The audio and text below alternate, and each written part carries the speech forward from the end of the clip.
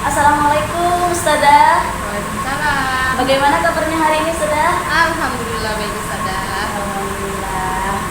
Ya Ustazah, dari kemarin saya tuh pengen membuat video dialogis reflektif bersama Ustazah. Kemarin Ustazah lagi sibuk, juga ada kendala di rumah.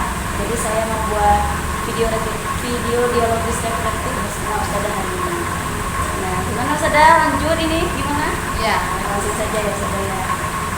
Ustazah, saya hari ini seperti biasa saya memiliki dua pertanyaan Ustazah. Nah, yang pertama itu di sini ada, bagaimana cara Ustazah memanajemen waktu ketika pembelajaran berlangsung. Jadi supaya pembelajaran itu berlangsung dengan baik, tidak membuang-buang waktu seperti itu.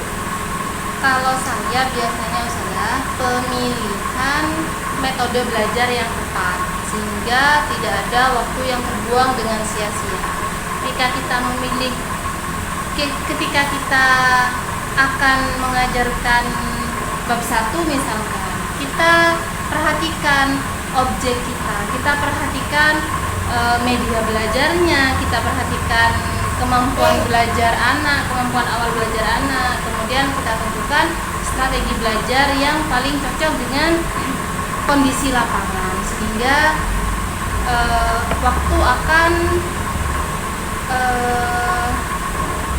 penggunaan waktu akan baik Ustazah, tidak ada yang terbuang sia-sia.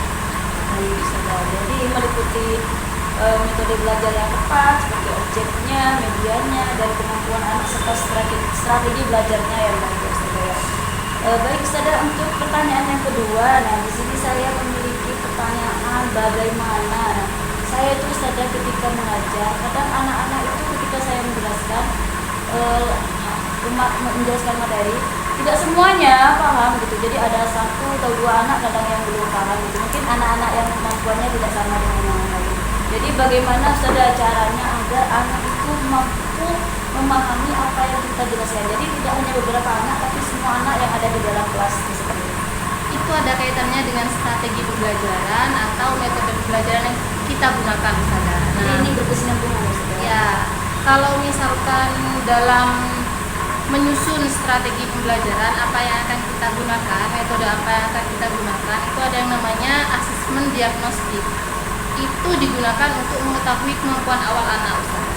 Nah, ketika kemampuan awal anak itu sudah diketahui, setelah itu bisa dikelompokkan. Anak yang kemampuannya sedang, yang kemampuannya di bawah, dan yang kemampuannya di atas itu bisa dikelompokkan. Kemudian dari situ ketika pembelajaran memasuki materi diskusi, ketika waktunya sudah memasuki diskusi, maka di situ bisa saling asah antar teman. Nah, di situ juga bisa meningkatkan pemahaman masing-masing siswa. Kemudian untuk anak yang sudah paham dilakukan pengayaan. Kemudian untuk anak yang belum paham, ketika di akhir kan ada asesmen hariannya Ustazah. Nah, jadi itu untuk mengetahui dalam hari itu anak-anak sudah paham atau belum materinya. Ketika dari hasil itu sudah diketahui ternyata ada beberapa anak yang belum paham. Nah, yang belum paham ini nanti akan mendapatkan remedial. Untuk anak-anak yang sudah paham nanti pengayaan. Oh, seperti itu Ustazah. Jadi harus ada asesmen diagnostik Ya. Ustazah ya. Kalau misalkan nanti setelah remedial seperti itu saja. Jadi itu yang remedial yang tertentu saja ya. Ya. Kalau anak itu belum paham bagaimana saja? Apa masih lanjut untuk pembelajaran selanjutnya atau memang bagaimana? Ya, kalau yang belum paham Ustazah diadakan remedial dulu. Ya, setelah diadakan remedial, tapi anak itu masih belum paham seperti itu saja. Jadi strategi selanjutnya bagaimana? Pengayaan Ustazah, tetap dilakukan pengayaan, tidak boleh ditinggal. Jadi sampai anak itu benar-benar paham. Namun pembelajaran tetap harus berjalan. Oh, gitu. Jadi tetap lanjut ke bab-bab berikutnya. Ya. Saya kira tetap di bab Menunggu. itu, ya. Tidak Ustazah.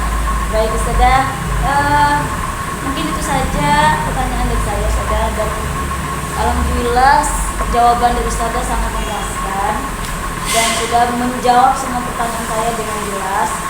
Terima kasih Ustazah waktunya. Assalamualaikum warahmatullahi wabarakatuh. Waalaikumsalam.